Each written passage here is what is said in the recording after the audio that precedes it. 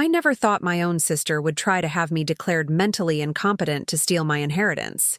But there I was, sitting across from Dr. Patricia Wilson, a court-appointed psychiatrist, while Rebecca waited outside with fake tears and forged documents. Before we jump back in, tell us where you're tuning in from, and if this story touches you, make sure you're subscribed, because tomorrow, I've saved something extra special for you. What my sister didn't know was that I'd been recording everything for months, and her greed was about to land her in handcuffs instead of a courtroom victory.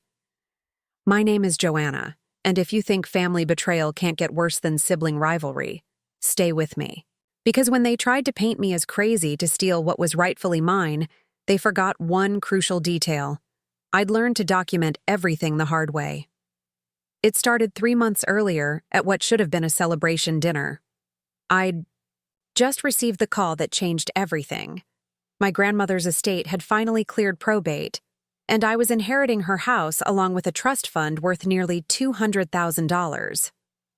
Grandma Rose had always been different from the rest of the family. She saw through people's masks, especially Rebecca's.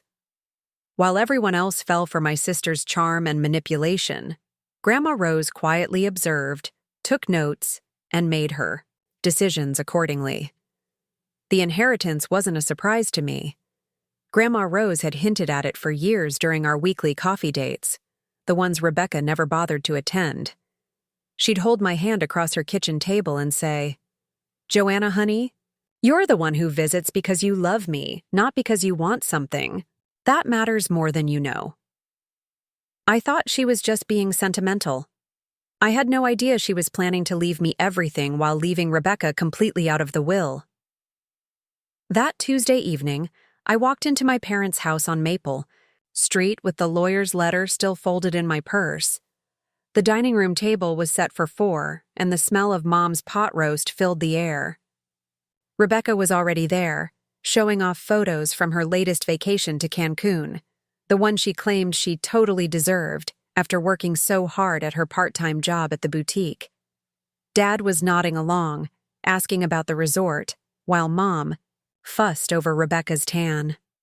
I sat down quietly, waiting for the right moment. Rebecca was in the middle of complaining about how expensive everything was getting, how she might need to move back home to save money, when I finally spoke up. "I have some news about Grandma Rose's estate." The table went silent. Rebecca set down her fork. "Oh, right. The lawyer finally called everyone back, didn't they? I was wondering when we'd hear about splitting everything up." I pulled out the letter, unfolded it carefully. "Actually, she left everything to me. The house, the trust fund, all of it." You could have heard a pin drop. Rebecca's face went through about 5 different expressions in 2 seconds. Confusion, disbelief, anger, and then something cold I'd never seen before. "That's impossible. Grandma loved both of us equally." "She left you her jewelry box and some family photos," I said, trying to keep my voice steady. "But the house and money come to me." Mom reached for the letter. "Let me see that." She read it twice, her lips moving silently. Dad leaned over her shoulder, squinting at the legal language. Rebecca sat frozen, staring at me like I'd personally robbed her. "This doesn't make sense," Rebecca finally said. "Why would she do that? We're both her granddaughters." I knew why, but saying it out loud would have started World War III. Grandma Rose had watched Rebecca manipulate our parents for years, had seen her borrow money she never paid back, had noticed how Rebecca only called when she needed something. Meanwhile, I'd spent every Saturday afternoon with Grandma Rose, helping her with groceries, listening to her stories, fixing things around her house. It wasn't calculated. I genuinely loved spending time with her. But apparently, she'd been paying attention to who showed up consistently and who showed up conveniently. "Maybe she thought I'd be more responsible with it," I said carefully. Rebecca's laugh was sharp and bitter. "Responsible? Joanna, you're 26 and you've never even had a real relationship. You work at a bookstore and live in that tiny apartment with a roommate. What makes you responsible?" The words stung because they contained just enough truth to hurt. I wasn't flashy like Rebecca. I didn't have her social media presence or her ability to charm everyone in a room. I read books, worked quietly, saved money, and minded my own business. In our family, that apparently made me boring and forgettable. "The money isn't going anywhere," I said. "It's going into a trust. I can't even touch most of it for another 2 years. "Good," Dad said firmly. "Maybe by then you'll have figured out what to do with your life." That comment hit differently than Rebecca's insults. Dad had always been subtle with his disappointment in me, but it was always there, lurking under his polite questions about my job and my future plans. In his mind, success looked like Rebecca, confident, social, always dating someone new, always talking about her big dreams and ambitious plans. Never mind that Rebecca had never followed through on any of those plans or held a job for more than 8 months. "I know exactly what I want to do with my life," I said quietly. "I'm applying to law school in the fall." More silence. Rebecca rolled her eyes. "Since when?" "Since I've been saving money and studying for the LSAT for the past year." I'd kept it to myself because I knew they'd find ways to undermine it, to make me doubt myself, to remind me of all the reasons I wasn't smart enough or dedicated enough to succeed. Mom sighed heavily. "Joanna, honey, law school is expensive and competitive. Maybe you should think about something more practical." "Like what?" "Like getting married," Rebecca said with a smirk. "Finding someone to take care of you instead of trying to prove you're something you're not." The conversation spiraled from there. Every achievement I mentioned was minimized.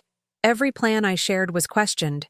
Every dream I revealed was gently discouraged. By the time dinner was over, I felt like I'd been put through a shredder. But I also felt something new, a growing awareness that this wasn't normal family concern. This was systematic discouragement designed to keep me small and manageable.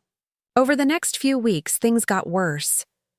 Rebecca started dropping by my apartment unannounced, always with some story about how unfair the inheritance was, how Grandma Rose must have been confused in her final years, how the family should stick together and share everything equally. When subtle manipulation didn't work, she tried guilt. When guilt didn't work, she tried threats. Preparing and narrating this story took us a lot of time, so if you are enjoying it, subscribe to our channel. It means a lot to us. Now back to the story. "You know, people are going to think you manipulated an elderly woman," she said during one particularly ugly visit. "They're going to wonder what you said to her to make her cut out her other granddaughter." "I didn't say anything to her," I replied calmly. "I just showed up." "Exactly. You were calculating. You knew she had money and you played the long game." The accusation was so backwards it would have been funny if it wasn't so malicious. Rebecca was describing her own thought process and projecting it onto me. In her mind, every relationship was transactional. Every kindness was calculated. Every gesture had an ulterior motive. The idea that I might have genuinely loved spending time with Grandma Rose, without any thought of inheritance, was incomprehensible to her. But the real turning point came when I overheard a phone conversation Rebecca was having with someone. Probably her friend Ashley, while she thought I was in the shower. I'd forgotten my phone and came back to grab it when I heard her voice through the thin walls of my apartment. "No, she's not going to just give it to me," Rebecca was saying. "Trust me, I know my sister. She's going to hoard every penny and act like she earned it somehow." There was a pause. What if she wasn't competent to inherit it? What if she was having mental health issues that made her unable to manage money responsibly? My blood went cold. I pressed myself against the wall, straining to hear more. "I'm serious, Ashley. There are ways to challenge these things. If someone is mentally unstable, if they're a danger to themselves or others, family members can petition the court to have them declared incompetent. Then someone else would manage their finances." Another pause, then Rebecca's voice again, lower and more conspiratorial. She's always been weird, antisocial.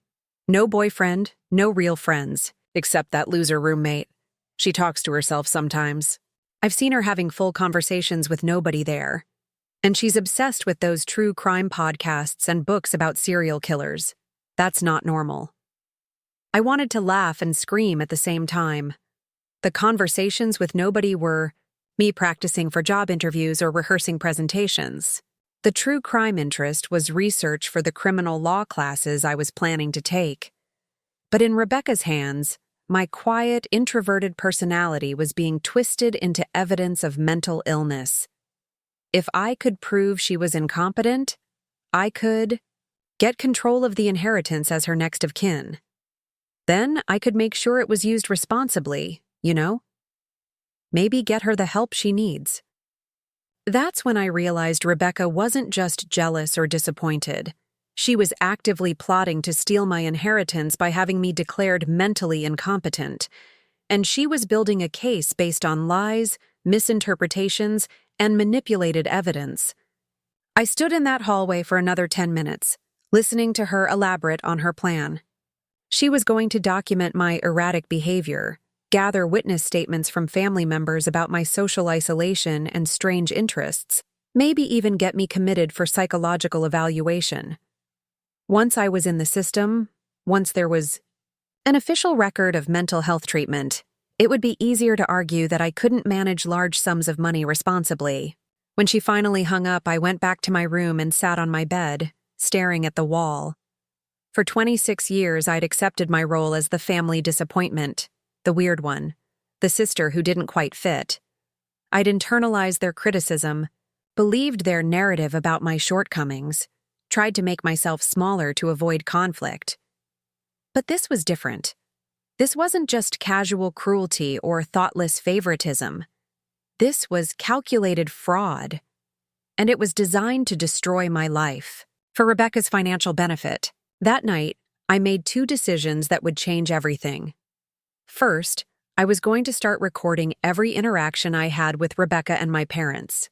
Second, I was going to fight back, but I was going to do it smart, quietly, and with documentation. That would hold up in court. I'd spent my whole life being underestimated by my family. Now I was going to use that to my advantage. The favoritism hadn't started overnight.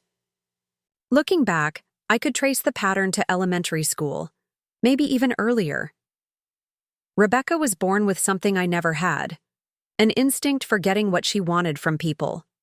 She knew how to tilt her head just right when asking for things, how to make her voice go soft and sweet when she was in trouble, how to cry on command when regular manipulation wasn't working. I remember being 8 years old, sitting at the kitchen counter doing homework while Rebecca, who was 10, twirled around the living room in a new dress Mom had bought her that afternoon. I'd been asking for new school clothes for weeks because mine were getting too small, but every time I brought it up, Mom would say we needed to wait until payday, or maybe next month, or after Dad's overtime check came in. But Rebecca had mentioned wanting something pretty for her friend's birthday party, and somehow Mom found the money that same day. Not only did she get the dress, but matching shoes and a little purse to go with it. When I asked if I could get something too, Mom looked at me like I was being selfish. "Your sister has a special event, Joanna. You don't need anything fancy for regular school." That became the pattern.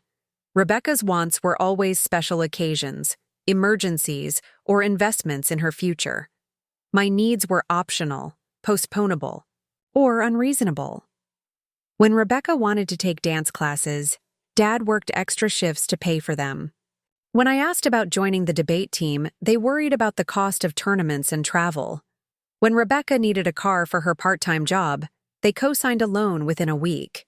When I asked about help with college applications, they suggested, "I look into community college first to keep costs down." The psychological impact was subtle, but devastating. I learned not to ask for things because asking made me feel like a burden. I learned to be grateful for scraps because asking for more made me seem greedy. I learned to celebrate Rebecca's successes enthusiastically because showing any disappointment about the disparity made me look jealous and petty. By high school, the dynamic was so entrenched that I didn't even recognize it as abnormal. Rebecca was the star.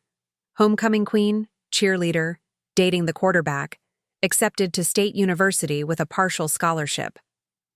I was the supporting character, good grades but not spectacular, a few close friends but no social status, working part-time at the bookstore to save money for community college because nobody had bothered helping me apply anywhere else. The worst part wasn't the differential treatment itself.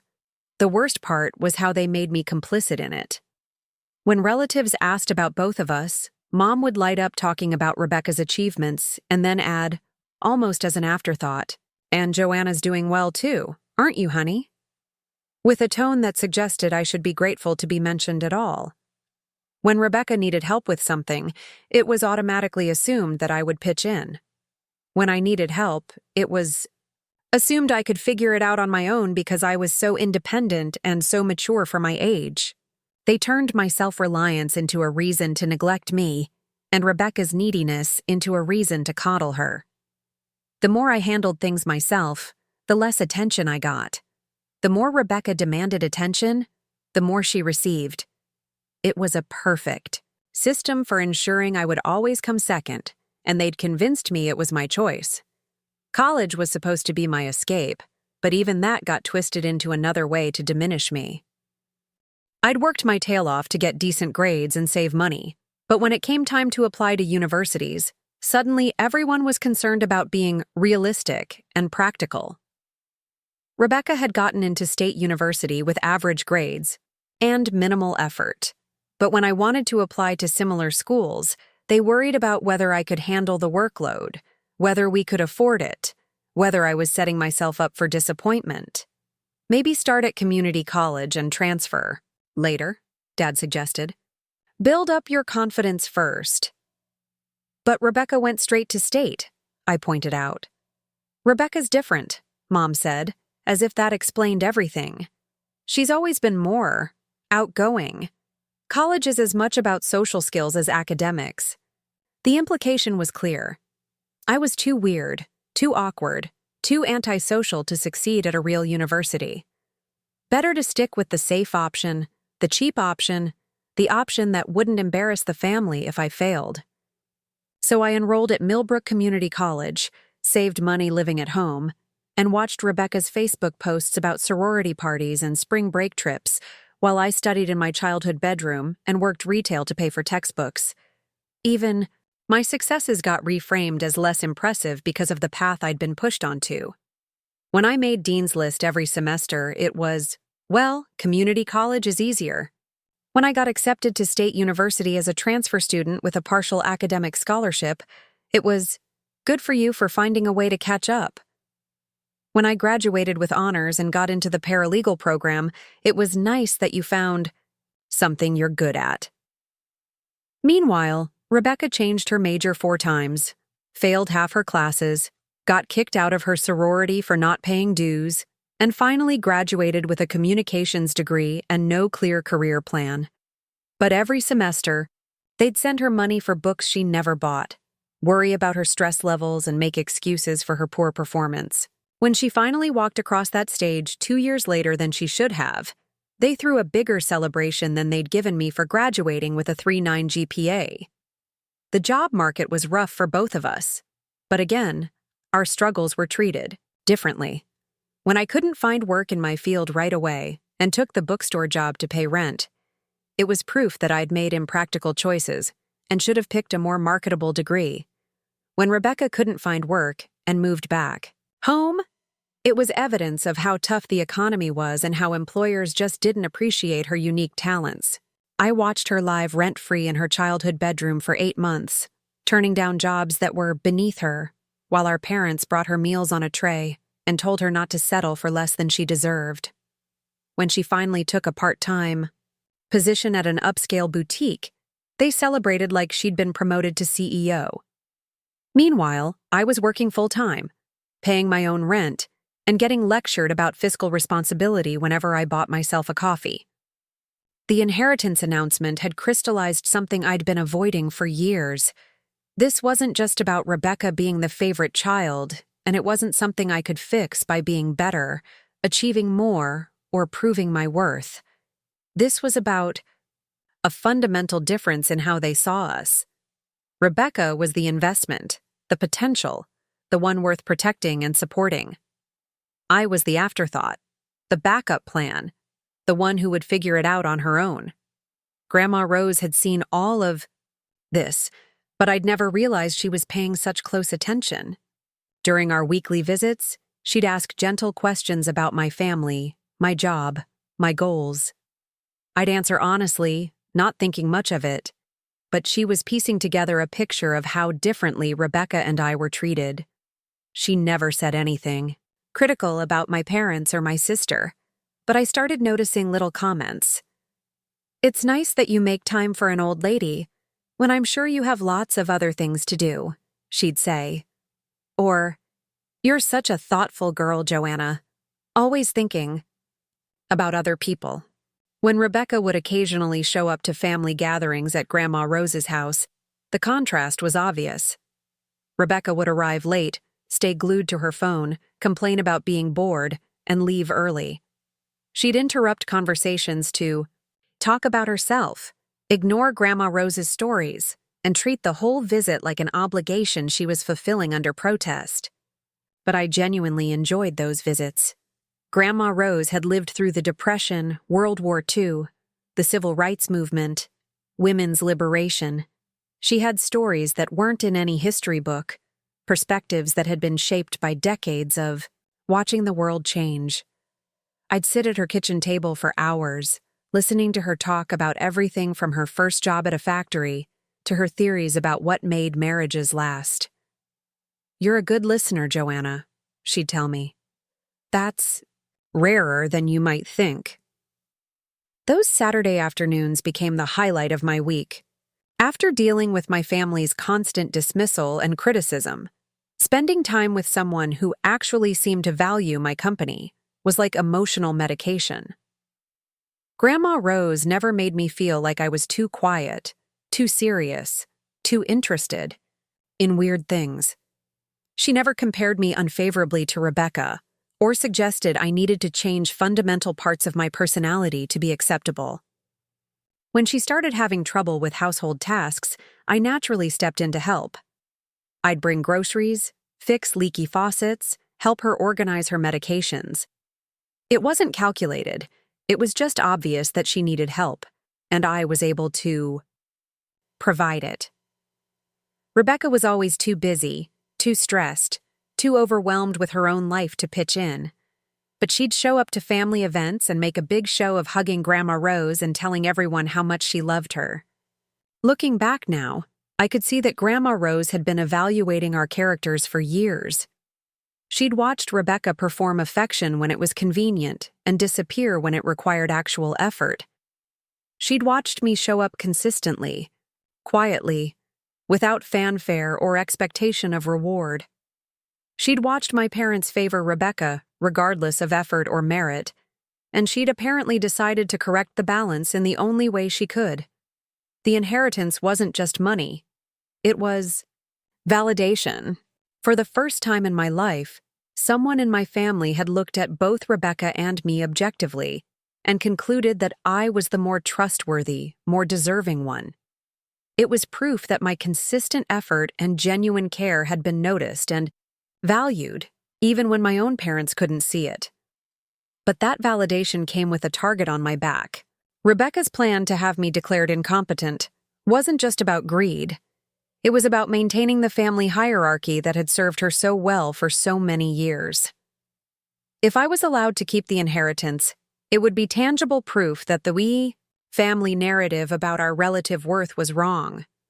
It would mean that quiet, weird, antisocial Joanna had been chosen over charming, social, favored Rebecca by someone who knew us both well.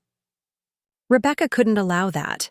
Her entire identity was built on being the better daughter, the more deserving sister, the one people naturally preferred. The inheritance threatened that identity at its core, so she was prepared to destroy my reputation, my mental health, and my future to protect her self-image. But she'd made one crucial mistake. She'd spent so many years dismissing me as harmless, passive, and naive that she'd forgotten I was also intelligent, observant, and capable of strategic thinking. While she was building her case against my mental competency, I was building my own case against her fraud. The war was just beginning, but for the first time in my life, I had ammunition. The morning after I overheard Rebecca's phone call, I woke up with a clarity I'd never experienced before. For 26 years, I'd been reactive, defensive, always trying to prove I wasn't what they said I was. But now I understood something fundamental. This wasn't about proving my worth to them anymore. This was about protecting myself from people who would literally destroy my life for money. I started that day by going to the electronics store and buying a small digital recorder, the kind that could easily fit in a pocket or purse. I also downloaded a recording app on my phone and practiced using it until I could start recording without looking at the screen.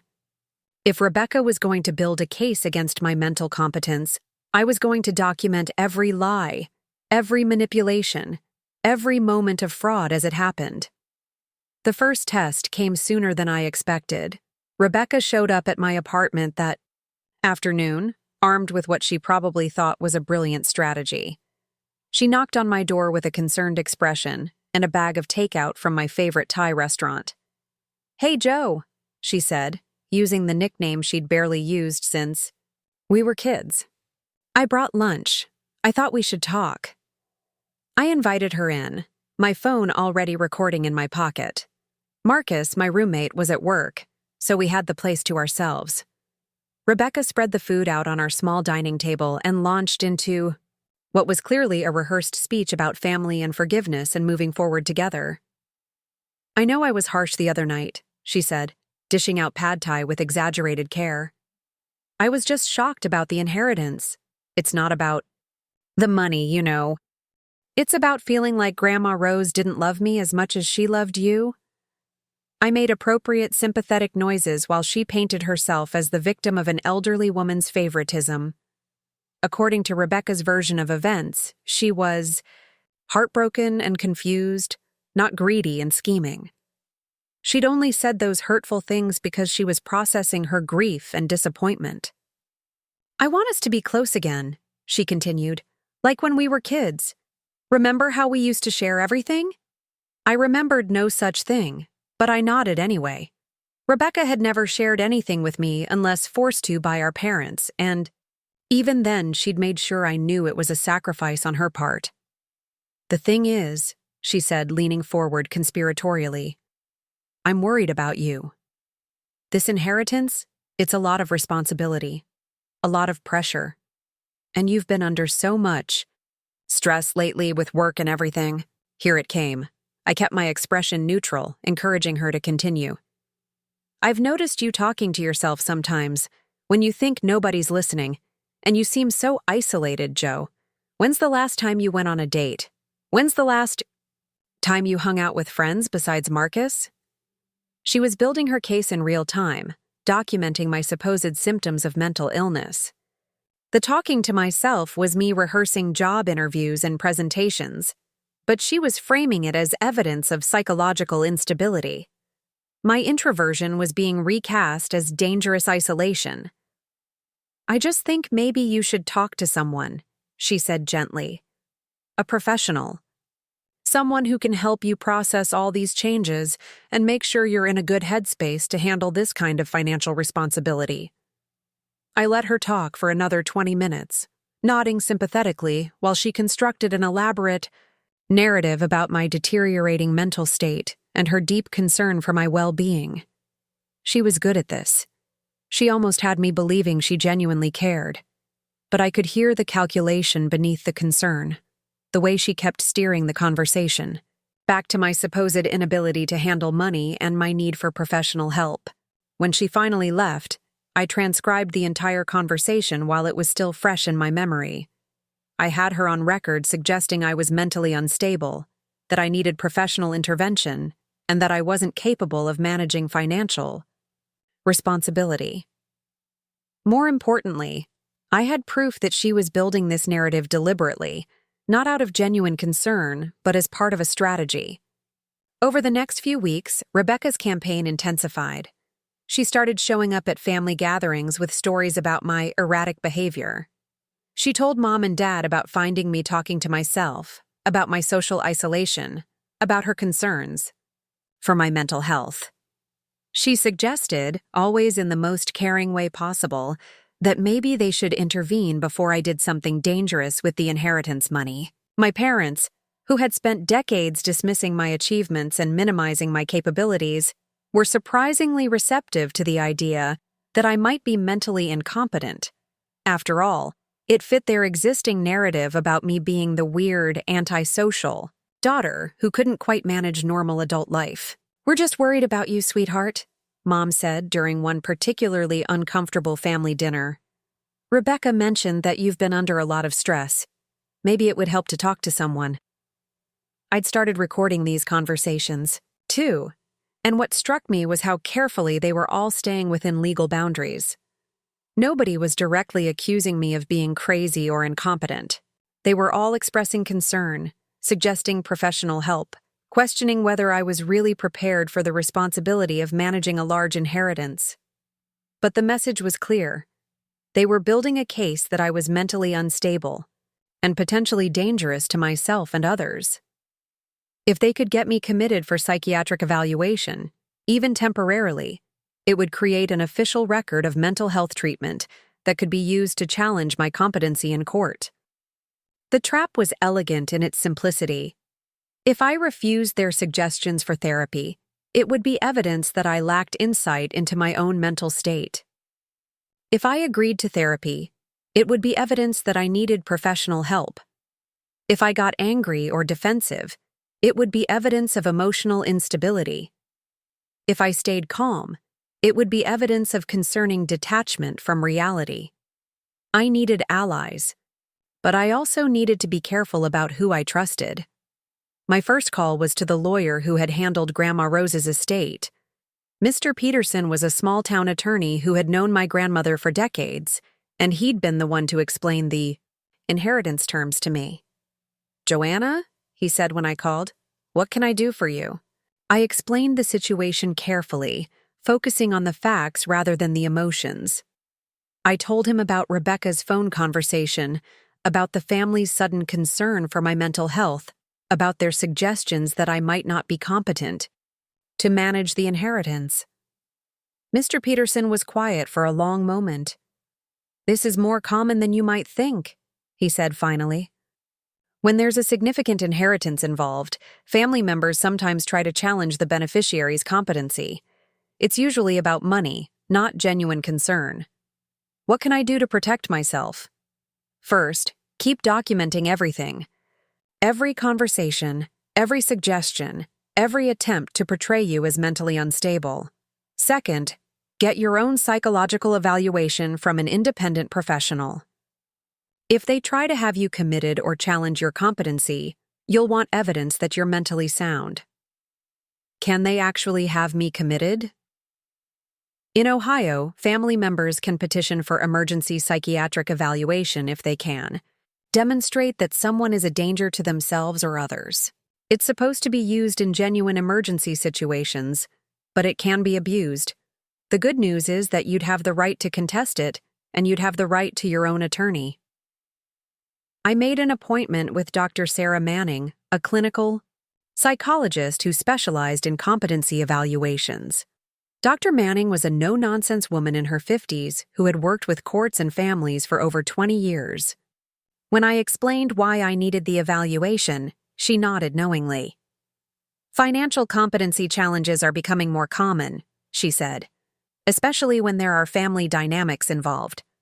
What I'm going to do is conduct a comprehensive evaluation: psychological, testing, cognitive assessment, interviews about your daily functioning.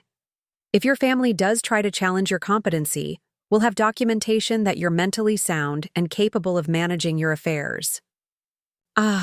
The evaluation took 3 hours and covered everything from my mental health history to my financial decision-making processes. Dr. Manning asked detailed questions about my daily routine, my relationships, my goals for the future.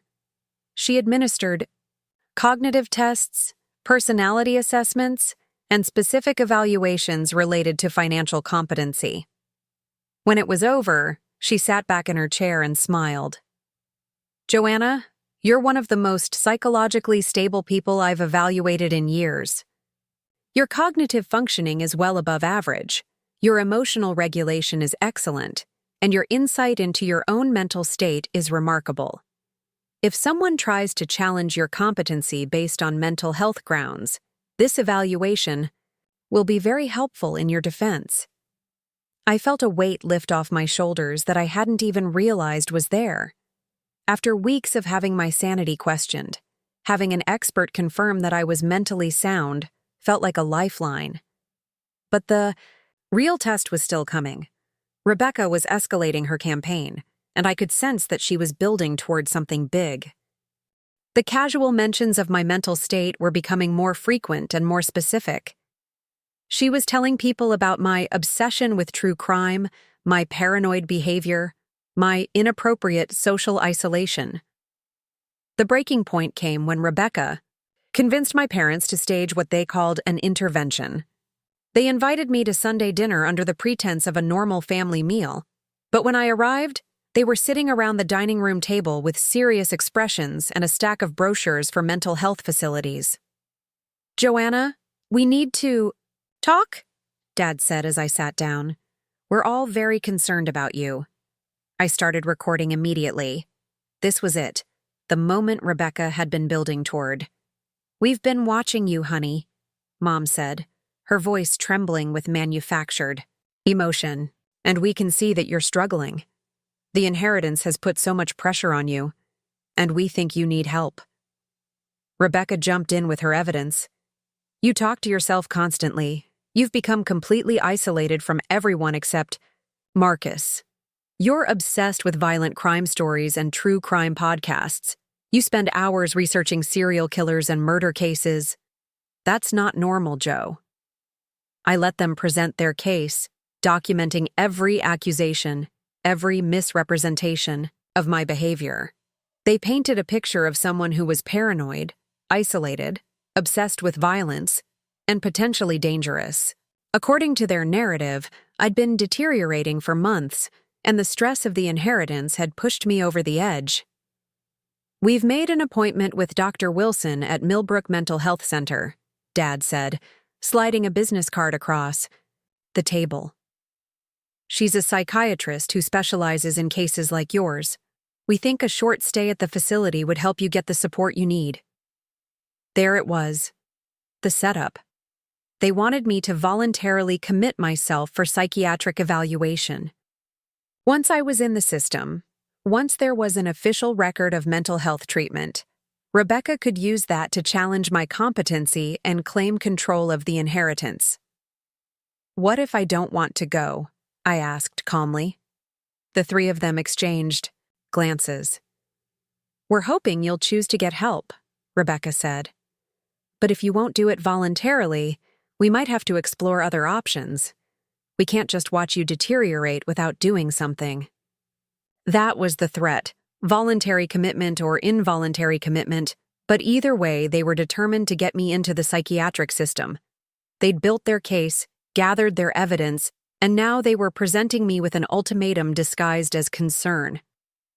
I looked around the table at these three people who were supposed to love me, who were supposed to protect me, who were supposed to want what was best for me.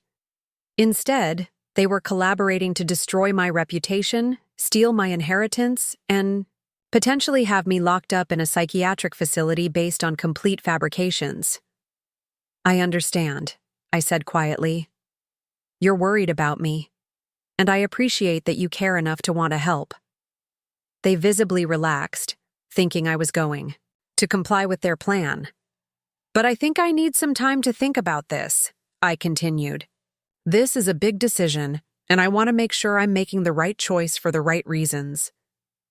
Rebecca's jaw tightened almost imperceptibly. She'd been expecting either immediate compliance or an emotional breakdown that would further support their case. My calm, rational response was throwing off their script. "Of course," Mom said, though she looked disappointed. Take all the time you need. How much time do you think you need? Dad asked, and I could hear the impatience in his voice. A few days, I said. Maybe a week.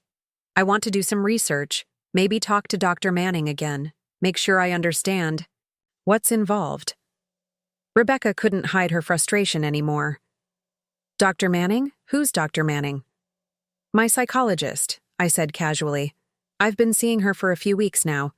She's been helping me process the stress of the inheritance and make sure I'm handling everything in a healthy way. This was clearly not part of their plan. If I was already seeing a mental health professional who hadn't recommended inpatient treatment, it would undermine their argument that I needed immediate psychiatric intervention. You didn't mention that you were seeing someone, Mom said, sounding confused. I didn't want to worry you, I replied. But Dr. Manning has been very helpful.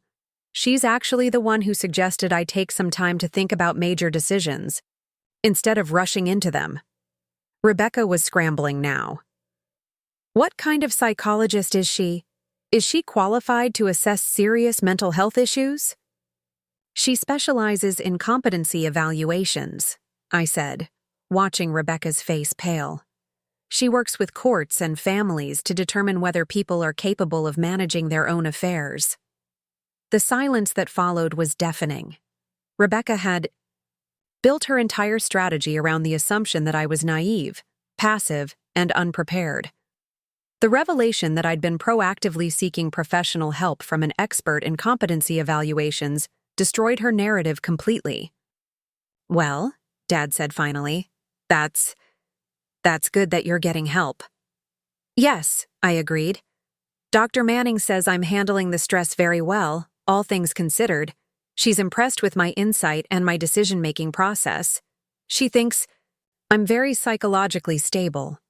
Rebecca stood up abruptly. I need to use the bathroom, she said, her voice tight with barely controlled panic. As soon as she left the room, I heard her making a phone call in the hallway. I couldn't make out the words, but the tone was urgent and frustrated. She was calling someone, probably her friend Ashley, possibly a lawyer, to figure out how to salvage her plan. When she came back, her demeanor had changed completely. The fake concern was gone, replaced by cold calculation. You know what, Joanna? She said, sitting back down. I think you're right. You should take some time to think about this. But I hope you'll remember that we're your family, and we only want what's best for you. The threat was subtle but clear. Comply with our plan, or face the consequences. I smiled at her, the same sweet, innocent smile I'd been giving her for 26 years. Of course, Rebecca. I know you only want what's best for me. You always have. But this time, I meant something completely different. And judging by the look in her eyes, she was starting to understand that the quiet, passive sister she'd been manipulating for decades was no longer as helpless as she'd assumed. The war was about to begin in earnest, but I was no longer fighting defensively. I had documentation, professional evaluation, and legal advice.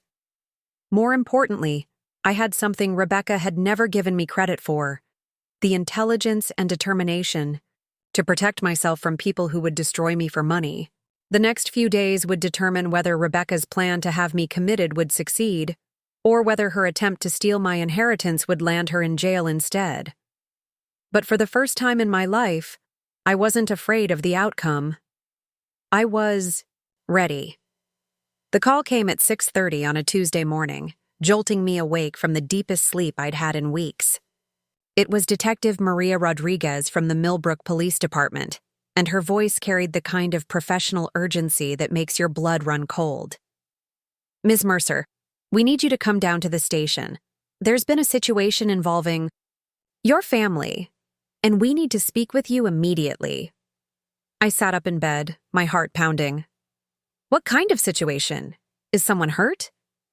I can't discuss details over the phone, but I need you here within the hour. Can you arrange transportation? Marcus drove me to the police station, both of us silent during the 15-minute ride. I kept running through possibilities in my head, but nothing prepared me for what I found when I walked into Detective Rodriguez's office. Sitting across from her desk, looking smaller and more fragile than I'd ever seen her, was Rebecca. Her makeup was smeared, her hair disheveled, and her hands were cuffed behind her back. When she saw me walk in, her eyes filled with tears, but there was something desperate and calculating in her expression that made my skin crawl. "Joanna, thank God," she said, her voice breaking. "Tell them I was just trying to help you. Tell them I was worried about your mental state, and I was only trying to get you the help you needed." Detective Rodriguez gestured for me to sit down. She was a woman in her 40s, with intelligent eyes and the kind of no-nonsense demeanor that suggested she'd seen every type of family dysfunction imaginable. "Ms. Mercer," she said, looking directly at me, "your sister has been arrested for attempted fraud, falsification of documents, and conspiracy to commit elder abuse. We have evidence that she's been working with Dr. Patricia Wilson to have you involuntarily committed based on fabricated psychiatric evaluations." The room seemed to tilt sideways. I gripped the arms of my chair, trying to process what I was hearing. "Dr. Wilson? The psychiatrist my parents wanted me to see?" "That's correct. It appears your sister paid Dr. Wilson $5,000 to conduct a predetermined evaluation that would declare you mentally incompetent. Dr. Wilson was supposed to recommend immediate involuntary commitment, which would have given your sister legal grounds to petition for guardianship and control of your inheritance." Rebecca was sobbing now, but her sobs sounded performative, calculated. "It wasn't like that, Joanna. I was genuinely worried about you. Dr. Wilson said she could help, said she could make sure you got the treatment you needed." Detective Rodriguez opened a file folder and pulled out several documents. "We have recorded phone conversations between your sister and Dr. Wilson discussing the payment, the predetermined outcome, and the specific language that would be used in the evaluation report. We also have text messages detailing the plan to have you committed against your will?" My hands started shaking as the full scope of Rebecca's betrayal sank in. She hadn't just been planning to steal my inheritance. She'd been planning to have me locked up in a psychiatric facility based on completely fabricated evidence. If the plan had worked, I could have spent weeks or months fighting to prove my sanity while she gained legal control of my finances. "How did you find out about this?" I asked. Detective Rodriguez smiled grimly. "Dr. Wilson got cold feet. Yesterday afternoon, she contacted our department and confessed to the scheme. Apparently, she'd been having second thoughts about participating in what she described as destroying an innocent person's life for money. She provided us with recordings of her conversations with your sister and copies of the false evaluation she'd been paid to produce." I looked at Rebecca, who was staring at the floor, her shoulders shaking with what might have been genuine remorse or might have been rage at being caught. "Why?" I asked her. "Why would you do this to me?" She looked up at me with red-rimmed eyes. "Because it should have been mine," she said, her voice raw with emotion. "Everything has always been yours. The good grades, the scholarships, Grandma Rose's love, and now this inheritance. You don't even want it, Joanna. You've never wanted anything. But I needed it. I have debts, I have dreams, I have plans for my life, and you were just going to sit on all that money and do nothing with it." The honesty was startling and horrifying. After weeks of fake concern and manufactured worry about my mental health, Rebecca was finally telling the truth. She'd been willing to destroy my life, my reputation, and my freedom, because she believed she deserved my inheritance more than I did. "So, you decided to have me committed to a psychiatric facility," I said, my voice surprisingly steady. "Based on lies. I thought if you got help, if you had treatment, maybe you'd see that you weren't capable of handling that kind of responsibility," she said weakly. "I thought maybe the doctors would help you understand that it would be better for everyone if someone else managed the money." Detective Rodriguez interrupted. "Ms. Rebecca Mercer, your sister wasn't suffering from any mental illness. The evaluation you paid for was completely fabricated. You were planning to have a mentally healthy person involuntarily committed to steal her inheritance. That's not concern. That's fraud and conspiracy. The weight of what could have happened hit me all at once. If Dr. Wilson hadn't developed a conscience, if Rebecca's plan had succeeded, I would have been dragged to a psychiatric facility against my will. I would have been medicated, possibly restrained, definitely isolated from anyone who could help. Me. My protests would have been dismissed as symptoms of my supposed mental illness, and Rebecca would have had weeks or months to establish legal control over my finances. What happens now? I asked Detective Rodriguez. Your sister is being charged with multiple felonies, attempted fraud, conspiracy, falsification of documents, and attempted theft by deception. Dr. Wilson is cooperating with our investigation in exchange for reduced charges, but she's also facing professional sanctions and likely criminal prosecution. Rebecca looked up at me desperately. Joanna, please. We're family. You know I'd never really hurt you. I was just scared and desperate, and I made a terrible mistake. Please don't let them destroy my life over this. The plea was so typical of Rebecca, asking me to minimize her actions, to protect her from the consequences of her choices, to sacrifice myself for her benefit one more time. But something fundamental had shifted in me during these past weeks. The sister who had spent 26 years absorbing criticism and making excuses for Rebecca's behavior was gone. You were going to have me locked up in a psychiatric hospital, I said quietly. Based on lies you paid someone to create. You were going to let doctors pump me full of psychiatric medications for conditions I don't have. You were going to let me be restrained, isolated, and treated like I was dangerous, all so you could steal my inheritance. I wouldn't have let it go that far, she protested. Once you agreed to let me help manage the money, I would have gotten you out.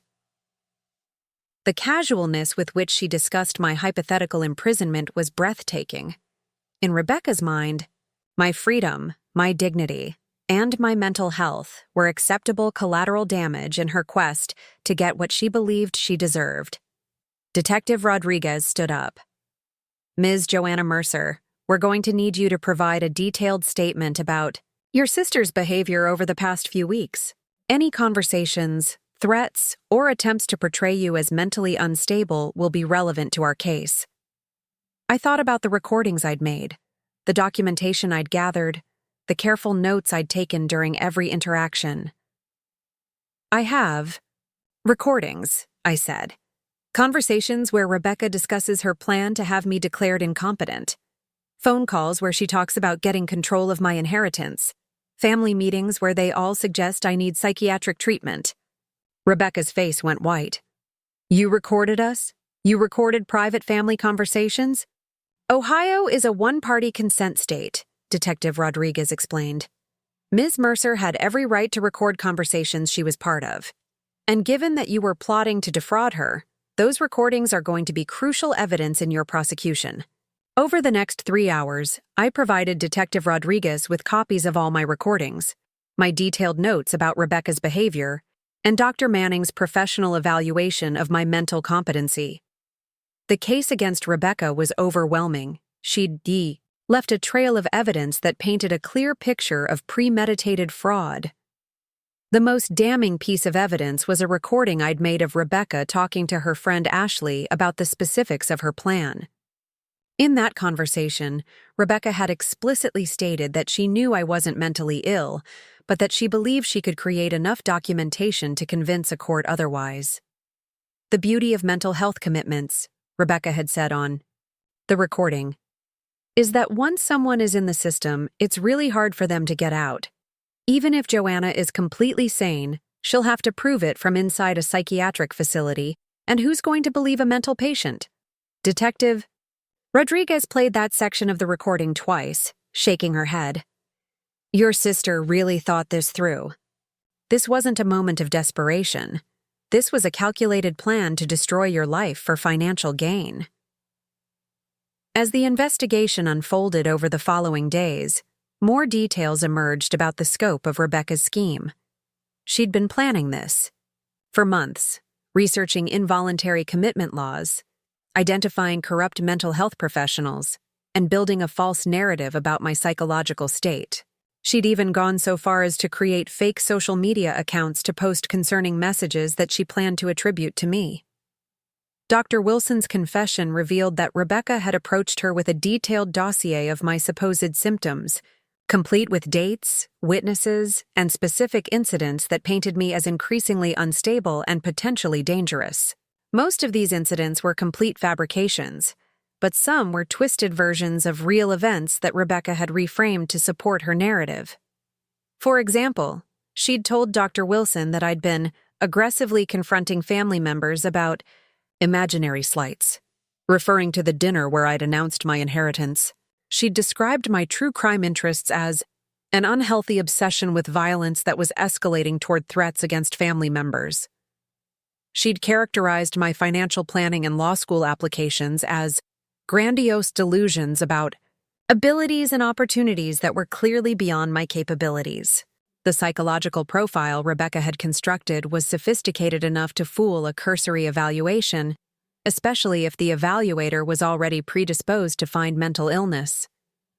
Dr. Wilson had been prepared to diagnose me with several conditions, including paranoid personality disorder, delusional thinking, and potential danger to self and others. My parents were questioned as part of the investigation, and their interviews revealed just how thoroughly Rebecca had manipulated them. She'd convinced them that I was suffering from a gradual psychological breakdown, that I was becoming increasingly isolated and paranoid, and that my inheritance was both a symptom and a trigger for my supposed mental illness. "We just wanted to help her," Mom told Detective Rodriguez during her interview. Rebecca showed us articles about how sudden wealth can trigger mental health crises, and she pointed out all these changes in Joanna's behavior that we hadn't noticed before. Dad admitted that he'd been skeptical at first, but Rebecca had been so persistent, so detailed in her observations, and so seemingly concerned that he'd eventually been convinced. "She knew things about Joanna that we didn't know," he said. "Private conversations, personal habits, things that made us realize maybe we hadn't been paying close enough attention to our daughter's mental state." The irony was devastating. My parents, who had spent decades ignoring me and dismissing my achievements, had finally started paying attention to me only when Rebecca convinced them I was mentally ill. They'd been more engaged with my supposed psychological problems than they'd ever been with my actual accomplishments. But the most shocking revelation came when Detective Rodriguez showed me the fake evaluation Dr. Wilson had prepared. It was a comprehensive psychological assessment that portrayed me as severely mentally ill, potentially dangerous, and completely incapable of managing my own affairs. Reading it was like looking at a description of a completely different person, someone paranoid, delusional, and volatile. According to the fake evaluation, I exhibited persistent paranoid ideation, grandiose delusions about professional capabilities, social isolation indicative of severe personality disorder, and concerning preoccupation with violent criminal behavior. The report recommended immediate involuntary commitment for my own safety and the safety of others.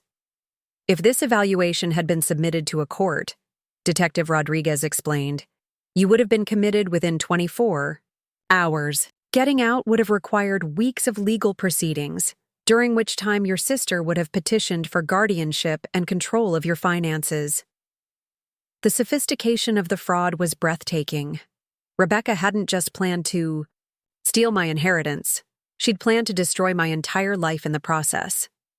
She'd been willing to have me medicated for conditions I didn't have, restrained for behaviors I hadn't exhibited, and isolated from everyone who could help me, all to get her hands on money that had never belonged to her. 3 days after Rebecca's arrest, I was sitting in my apartment with Marcus, trying to process everything that had happened, when my phone rang. It was Mr. Peterson, the estate lawyer.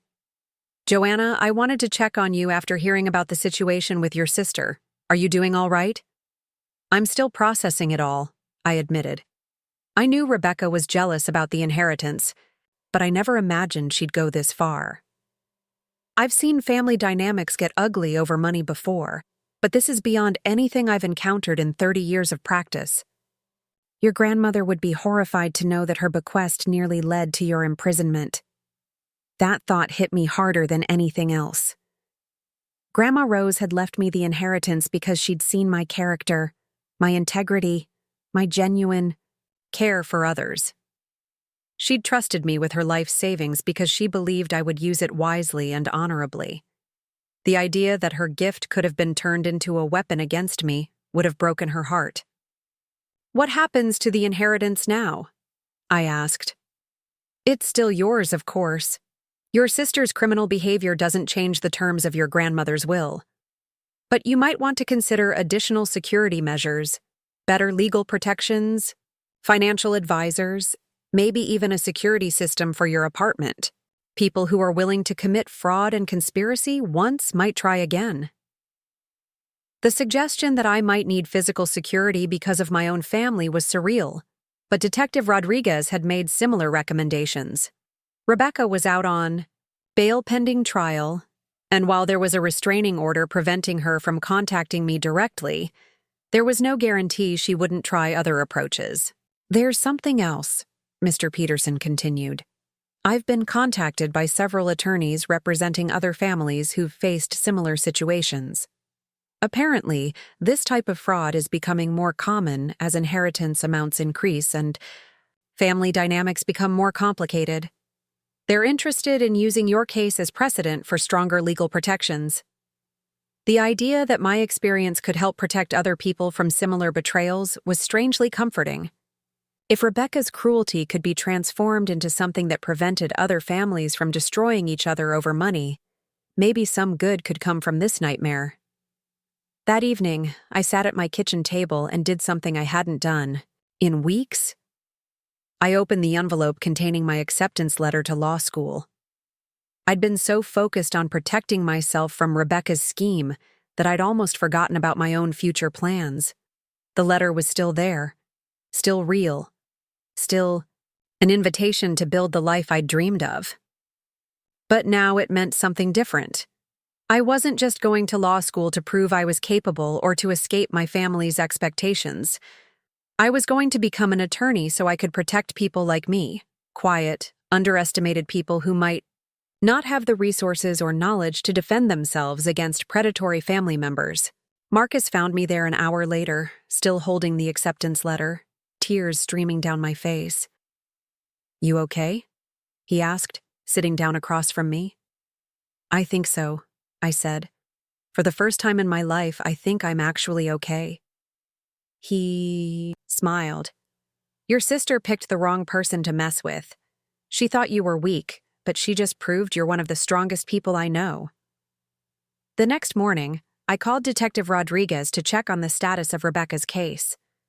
The trial was still months away, but the evidence was so overwhelming that her attorney was already discussing plea bargain options. "What kind of sentence is she looking at?" I asked. "With the charges she's facing and the evidence we have, she could get anywhere from 3 to 7 years in prison. The attempted fraud, the conspiracy, the falsification of documents, it all adds up to serious felony time. 7 years. Rebecca could spend 7 years in prison because she'd been willing to destroy my life for money she'd never earned and never deserved.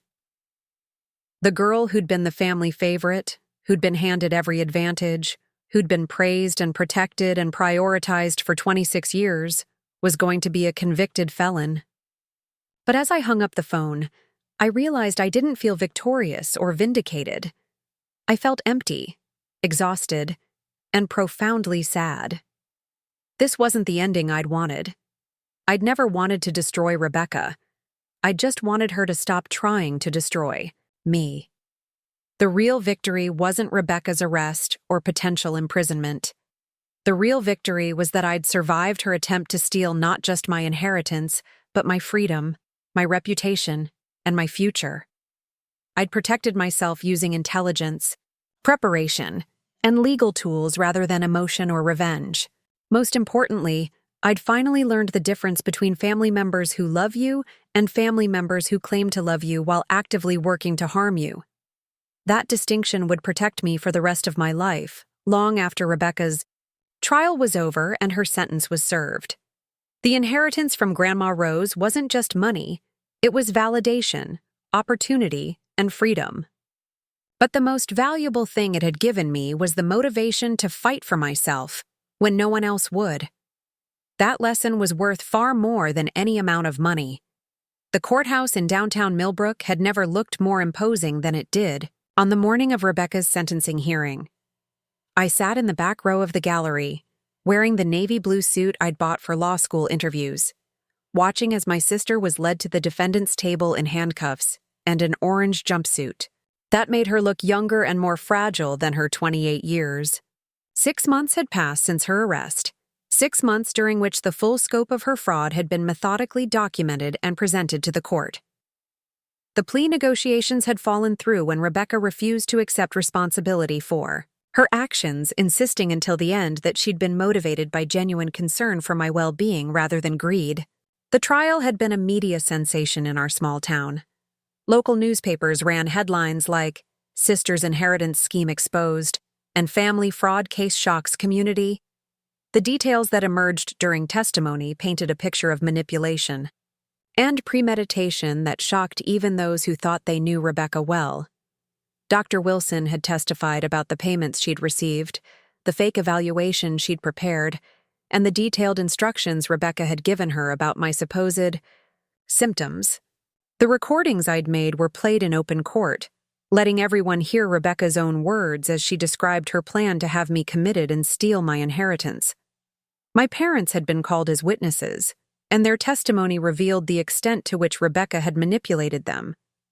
Mom broke down on the stand when she realized how thoroughly she'd been deceived, how her own daughter had used her parental concern as a weapon against me. "I thought I was helping Joanna," she sobbed during cross-examination. "Rebecca showed me articles about mental health crises, pointed out behaviors that seemed concerning, convinced me that my daughter was suffering and needed intervention.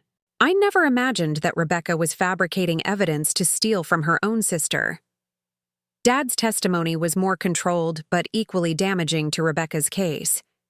He admitted that he'd been skeptical of Rebecca's claims initially, but that her persistence and apparent expertise had eventually convinced him. She knew things about Joanna's daily routine, her personal habits, her private conversations that made her seem like a credible witness, he said. She presented herself as someone who had been carefully observing concerning changes in her sister's behavior. I trusted her judgment because she was family. The prosecution had built an airtight case, but what sealed Rebecca's fate was her own testimony.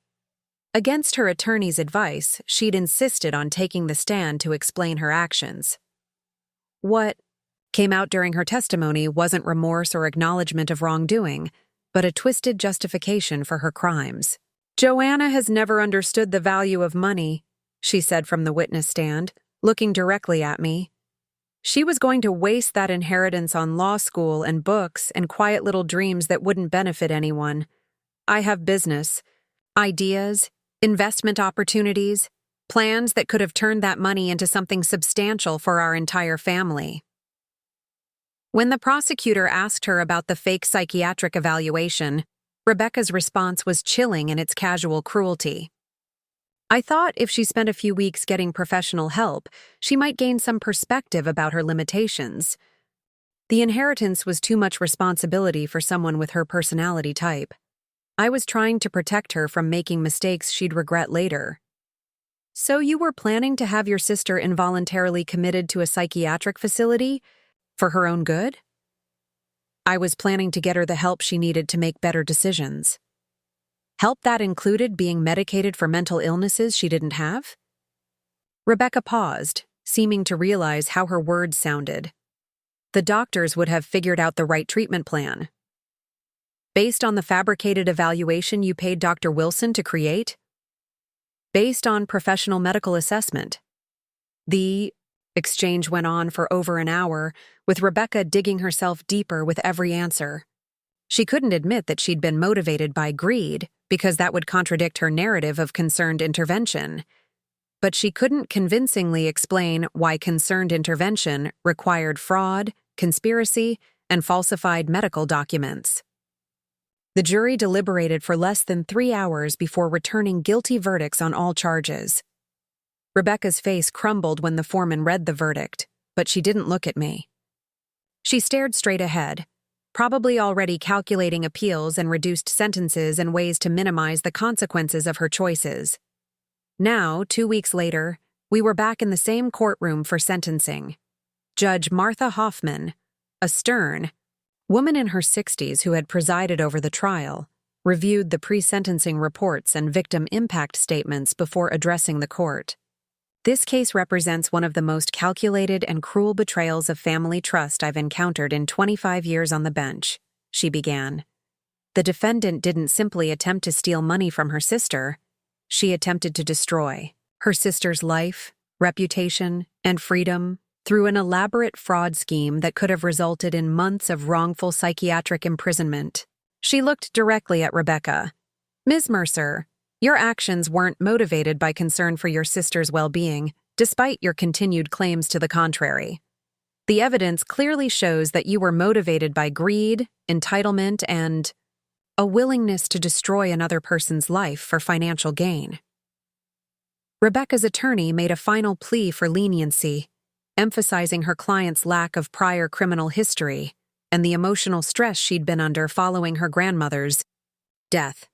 But Judge Hoffman wasn't interested in excuses. The defendant had months to reconsider her actions, the judge continued. She had numerous opportunities to abandon her fraudulent scheme.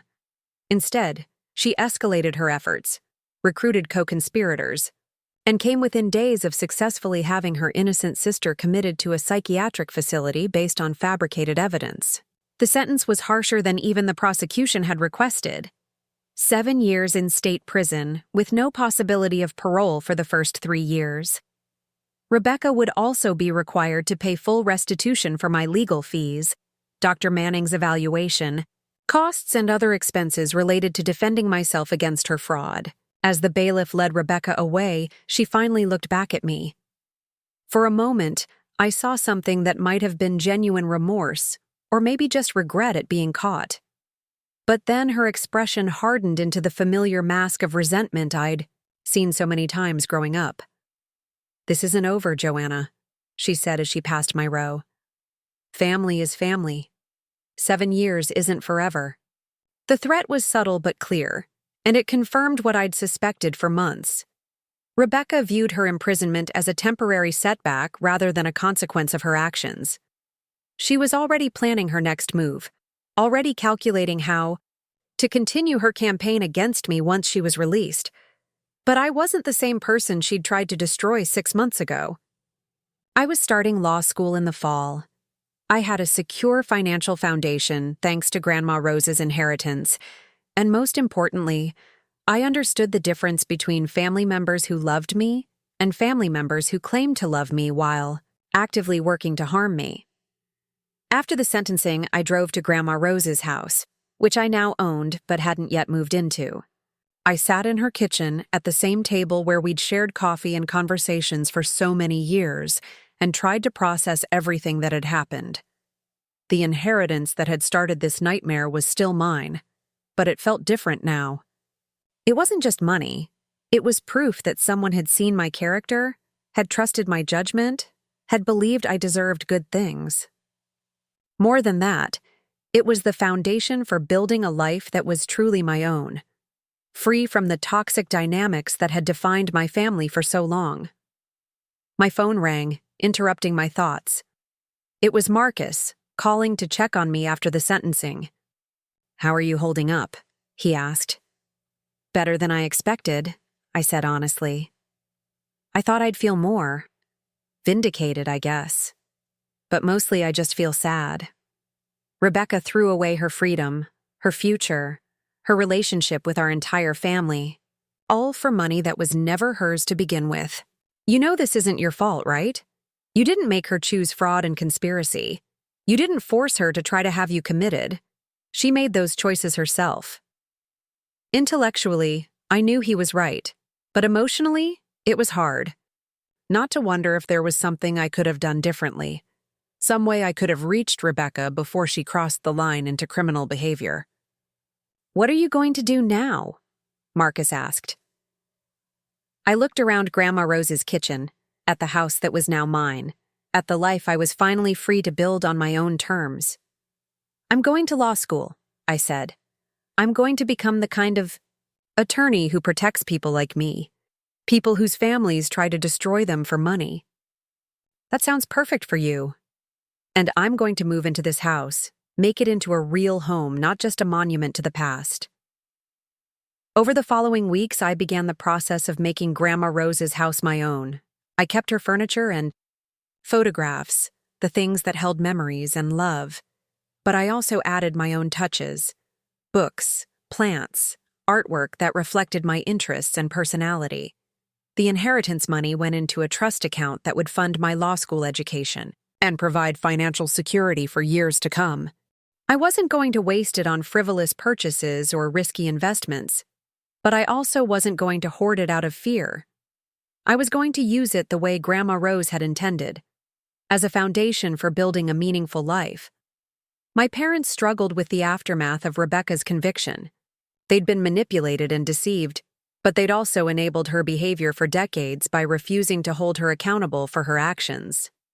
Mom called occasionally, usually to cry about how the family had been torn apart, but she never quite managed to acknowledge her role in creating the dynamics that had led to this disaster. Dad was more direct in his guilt and regret. "I should have seen what she was doing," he told me during one of our rare phone conversations. "I should have protected you instead of believing her lies." "You believed her because she was convincing," I said, "and because it fit the narrative you already had about me being the difficult daughter who needed help." The honesty was uncomfortable, but it was necessary. If we were going to have any kind of relationship going forward, it couldn't be based on pretending that decades of favoritism and dismissal hadn't contributed to this situation. "How do we fix this?" he asked. "We don't," I said gently. "We can't fix the past, but we can be honest about it, and we can make different choices going forward." The first semester of law school was challenging but exhilarating. I threw myself into constitutional law, criminal procedure, and family law with an intensity that impressed my professors and classmates. I wasn't just learning legal theory. I was preparing for a career built around protecting vulnerable people from predatory family members. My experience with Rebecca's fraud had given me insights that couldn't be taught in textbooks. I understood the psychology of family manipulation, the legal vulnerabilities that predators exploited, and the emotional toll that financial abuse took on victims. That knowledge made me a more effective advocate and a more compassionate attorney. During my second semester, I was approached by a legal aid organization that specialized in elder abuse and family financial fraud. They'd heard about my case and were interested in having me intern with them during the summer. "We need attorneys who understand this type of crime from the inside," the director told me. "Someone who's lived through it and can relate to victims in a way that traditional legal training doesn't teach." Working with other families who'd been targeted by inheritance fraud was both heartbreaking and healing. I met elderly people who'd been manipulated by their own children, siblings who'd been betrayed by brothers and sisters they'd trusted, and adult children who'd been systematically isolated and abused by family members who viewed them as financial resources rather than human beings. Each case reinforced my decision to specialize in this area of law. These weren't abstract legal problems.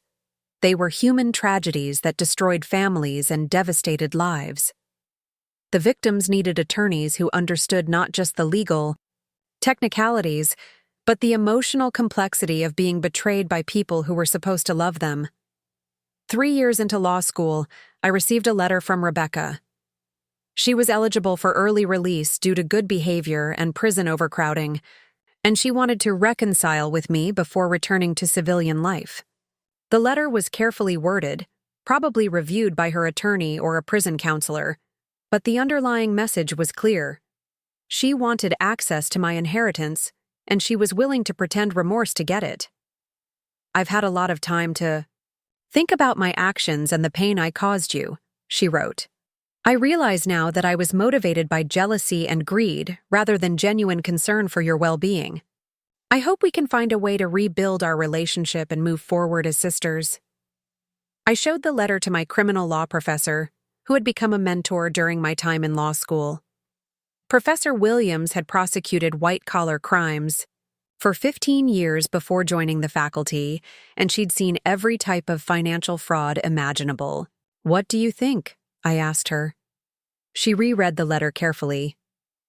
"I think your sister learned how to write a convincing apology letter in prison, but I don't see any evidence of genuine remorse or changed behavior. She's asking for reconciliation without accepting full responsibility for her actions or acknowledging the ongoing impact of her crimes." That assessment matched my own instincts. Rebecca's letter focused on her growth and rehabilitation, but it didn't address the fundamental issues that had led to her criminal behavior: her sense of entitlement to my inheritance, her willingness to destroy my life for financial gain, and her belief that she deserved things she hadn't earned. I didn't respond to the letter. Instead, I updated my security measures, informed my attorneys about her impending release, and continued building the life she'd tried to destroy. 6 months later, I graduated from law school with honors and accepted a position with the legal aid organization where I'd interned. My first case was representing a 70-year-old woman whose son had tried to have her declared incompetent so he could access her retirement savings. The parallels to my own experience were striking, but this time I was the attorney rather than the victim. I was the one building the case, documenting the fraud, and protecting someone from family members who viewed her as a financial opportunity rather than a human being. When we won the case and her son was convicted of attempted financial elder abuse, my client hugged me in the courthouse hallway. "Thank you for believing me," she said through tears. "My own family thought I was crazy, but you knew I was telling the truth." "I knew because I've been where you are," I told her. "No one should have to fight their own family for the right to control their own life." That evening, I sat in my office, Grandma Rose's old sewing room that I'd converted into a home workspace, and reflected on the journey that had brought me to this point. 5 years ago, I'd been the overlooked daughter, the disappointing sister, the family member who was expected to accept whatever scraps of attention and respect were thrown my way. Now I was Dr. Joanna Mercer, Juris Doctor, specializing in family, financial fraud, and elder abuse. I owned my own home, had a career that gave my life meaning, and most importantly, I'd learned to value myself enough to fight for my own well-being. Rebecca had been released from prison 2 months earlier, but she hadn't contacted me directly. According to the private investigator I'd hired to monitor her activities, she was living in a halfway house in Columbus and working at a telemarketing company. Her criminal record made it difficult for her to find better employment, and the restitution order meant that a significant portion of her earnings went toward paying back my legal fees. I didn't take any satisfaction in her struggles, but I also didn't feel guilty about them. She'd chosen to commit fraud and conspiracy, and these were the natural consequences of those choices. My job wasn't to rescue her from the life she'd created for herself. It was to protect myself and help other people avoid similar betrayals.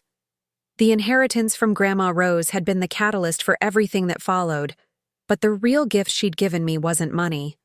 It was the validation that I was worthy of being chosen, worthy of being trusted, worthy of building a life on my own terms. Rebecca had tried to steal that validation along with the money, but she'd failed. Instead of destroying me, her betrayal had revealed strengths I didn't know I possessed and motivated me to become someone who could protect others from similar attacks. I'd learned that family isn't defined by blood or shared history, but by love, respect, and genuine care for each other's well-being. The people who truly loved me had supported my success and celebrated my achievements. The people who only claimed to love me had tried to tear me down when I refused to stay small and manageable. That distinction had saved my life, my sanity, and my future. And now it was helping me save others who found themselves trapped in similar situations. The girl who'd been thrown away for pursuing her dreams had become the woman who made those dreams reality. And no one, not Rebecca, not my parents, not anyone, could take that away from me. Up next, you've got 2 more standout stories right on your screen. If this one hit the mark, you won't want to pass these up. Just click and check them out.